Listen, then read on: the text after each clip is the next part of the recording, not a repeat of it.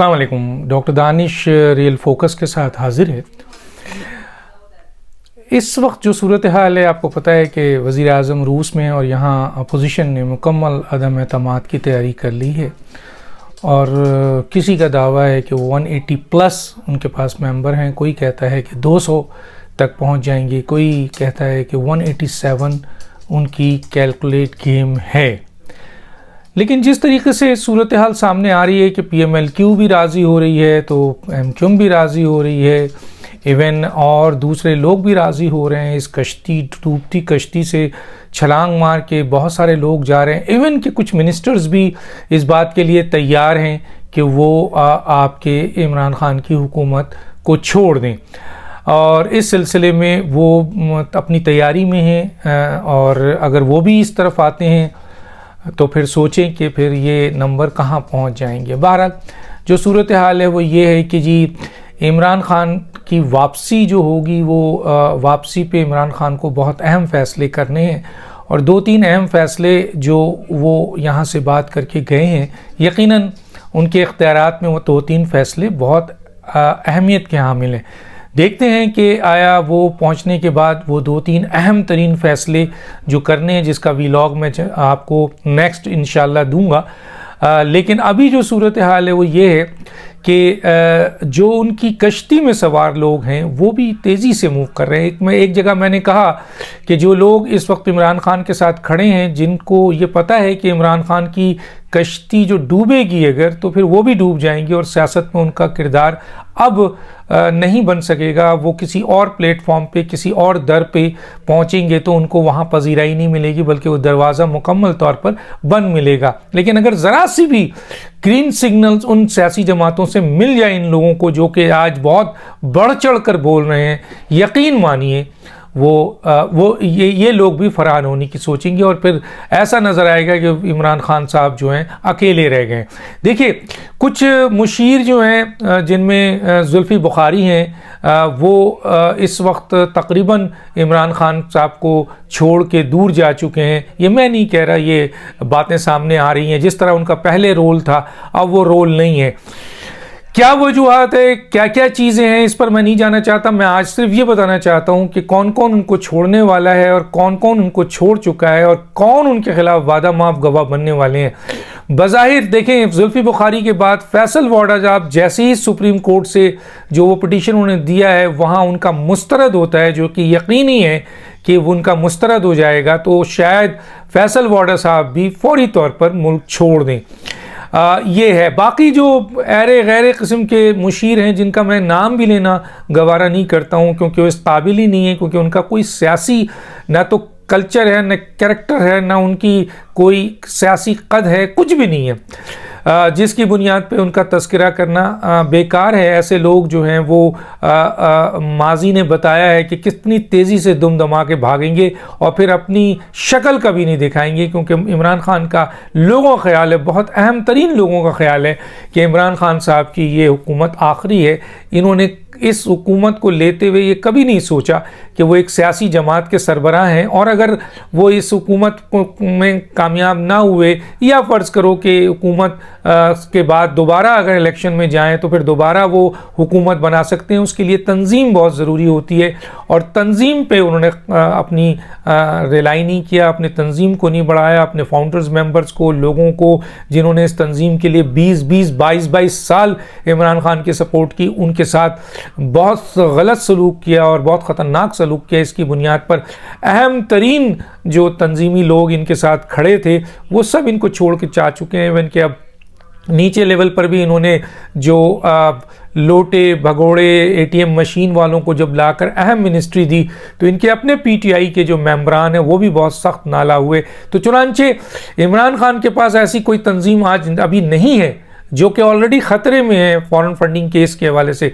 लेकिन अगर वो फॉरेन फंडिंग केस का फ़ैसला नहीं भी आता है, तब भी उनके पास ऐसी कोई तंजीम नहीं है जिसकी बुनियाद पर वो अदम एतमाद से हार जाएं या रिज़ाइन करके दोबारा तंजीम के ज़रिए नेक्स्ट इलेक्शन में जाएं और आने की कोशिश करें। नहीं, उन्होंने अपना चैप्टर जो है वो क्लोज कर लिया इस सूरत हाल में। मैं नहीं कहता, बड़े अहम तरीन सियासी पॉलिटिकल एक्सपर्ट ये बात कहते हैं, खुद इनके अपने लोग कहते हैं।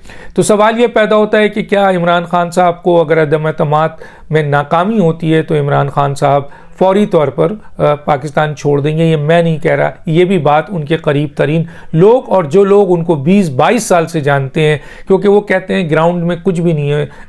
अगर अदम एतमाद नाकाम होती है यानी कामयाब होती है तो इमरान खान साहब के लिए नीचे कुछ भी नहीं है। तो ऐसी सूरत हाल में इमरान खान साहब मुल्क से चले जाएंगे।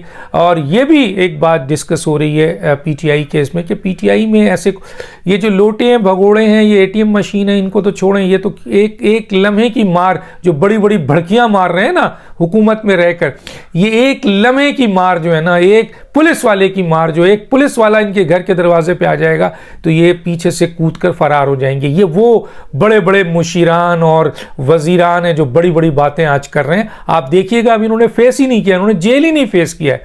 तो ये जेल एक दफ़ा फेस कर लें, इन्हें पता चल जाएगा कि सियासत में जो है वो ये कहाँ खड़े होते हैं। बहरहाल तो ये तो भागना ही है, लेकिन जो और लोग हैं वो जेल नहीं जाना चाहते हैं। जो पीटीआई के या जो लोगों ने पीटीआई के साथ काम किया है वो जेल नहीं जाना चाहते हैं। इवन इनके करीब तरीन लोग हैं जिनमें शेख रशीद हैं, शहजाद अकबर हैं, जिनके बारे में ये कहा जा रहा है कि ये वादा माफ गवाह बन जाएंगे और ये जेल नहीं जाना चाहेंगे।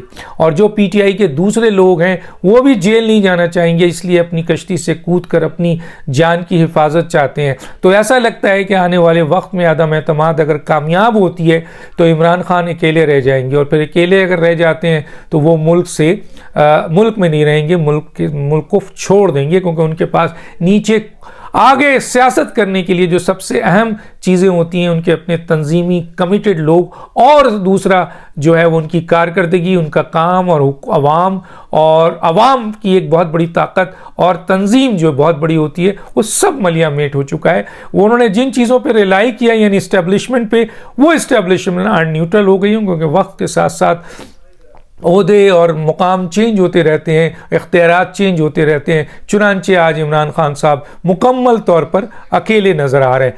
बहरहाल तो कहने का मतलब यह है कि जुल्फी बुखारी के बाद फैसल वाडा का नंबर है जाने का, जो लोग इनके करीबी लोग कह रहे हैं, और उसके बाद कुछ और लोग जो हैं वो फरार हो जाएंगे, चले जाएंगे मुल्क से। और दूसरी बात यह है कि जो आपके शेख रशीद और शहजाद अकबर के बारे में कहा जा रहा है कि वो पाकिस्तान नहीं छोड़ेंगे, लेकिन वो वादा माफ गवाह बनेंगे। वादा माफ गवाह में और लोग भी शामिल होंगे, वो भी आ जाएंगे। लेकिन इस वक्त जो रस्सा कशी है, जिनमें गुलाम सरवर साहब है जो हमेशा पार्टी बदलते रहे हैं, आज़म स्वाति साहब हैं पार्टी बदलते रहे हैं, डॉक्टर फिरदौस आशिक सवान साहब हैं वो ऑलरेडी बहुत सख्त नाराज़ हैं, खुसरो बख्तियार है पार्टी बदलते रहे हैं, आपके वो बहुत सारे और मिनिस्टर्स हैं। मैं किस किस का तस्करा करूं, वीलॉग छोटा करना होता है हमने, तो इसलिए मैं बताऊं कि एक बहुत बड़ी तादाद है जो कि जो लोग इनको सपोर्ट में मिले थे, जिनमें आपके मिनिस्ट्री ऑफ इंडस्ट्रीज़ के हैं, खुद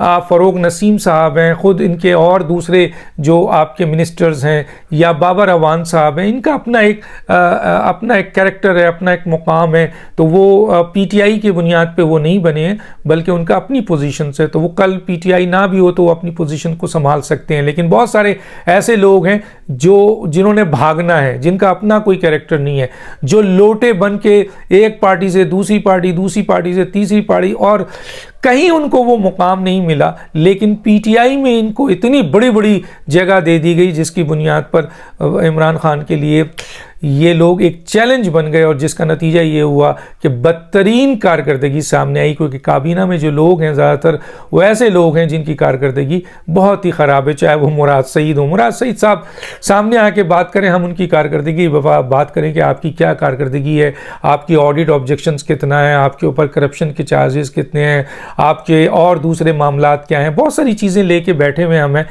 जब इनकी हुकूमत जाएगी, क्योंकि अभी मुराद सईद को उंगली भी लगाना क़यामत से कम नहीं है, लेकिन आने वाले वक्त में चाहे मुराद सईद हो, चाहे रेलवे के वज़ीर हों, चाहे आपके मिनिस्ट्री ऑफ इंटीरियर हो, चाहे कोई और हो, ये सब एहतसाब का हिस्सा है। और मैंने बताया कि मिनिस्टर अपने आप को एहतसाब से बचाने के लिए अभी से राब्ते कर रहे हैं कि भाई उन्हें एनआरओ दे दिया जाए, वो अब इमरान खान के साथ मज़ीद ठहरने को नहीं है। हाँ, जिन लोगों की कब्र बननी है वो उनको कोई लेने को तैयार नहीं है, तो वो तो इमरान खान के साथ हर सूरत में खड़े रहने को हैं, क्योंकि इमरान की बका उनकी बका है। इमरान गए तो पाकिस्तान की सियासत में उनका नामो निशान मिट जाएगा। याद रखिएगा, ऐसे लोगों को अब कोई नहीं लेगा।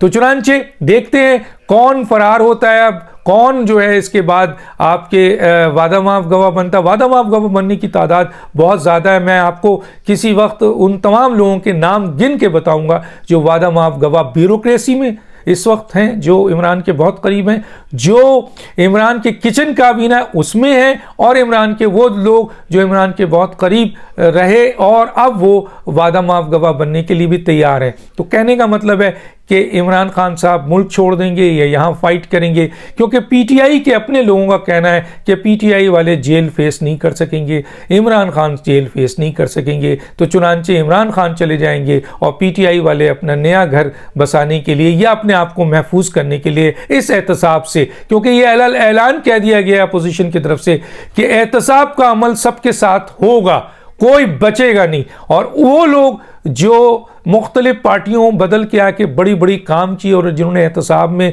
बड़ा आग लगाया है, वो एक पुलिस की मार नहीं है। देखते हैं उनका इंजाम क्या होता है। डॉक्टर दानिश को इजाज़त दीजिए। अल्लाह हाफिज़।